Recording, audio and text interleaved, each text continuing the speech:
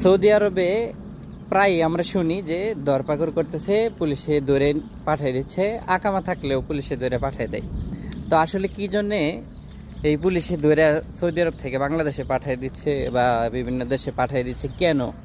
তো এই যে একটা প্রমাণ দেখেন, আপনাদেরকে দেখাই।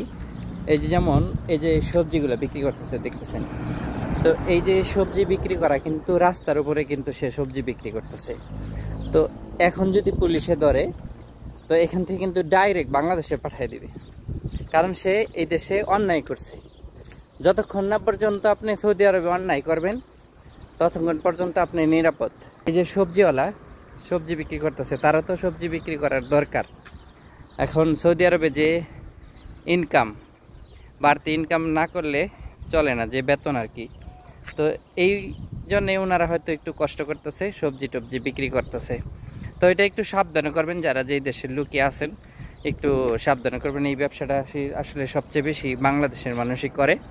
তো একটু সাবধানে করার চেষ্টা করবেন, কেননা আপনি এতগুলো টাকা খরচ করে এই সৌদি আরবে আসছেন সামান্য একটু সবজি বিক্রি করার জন্য। যদি আপনাকে পুলিশে ধরে পাঠিয়ে দেয় তাহলে আপনার জন্য একটা দুঃসংবাদ।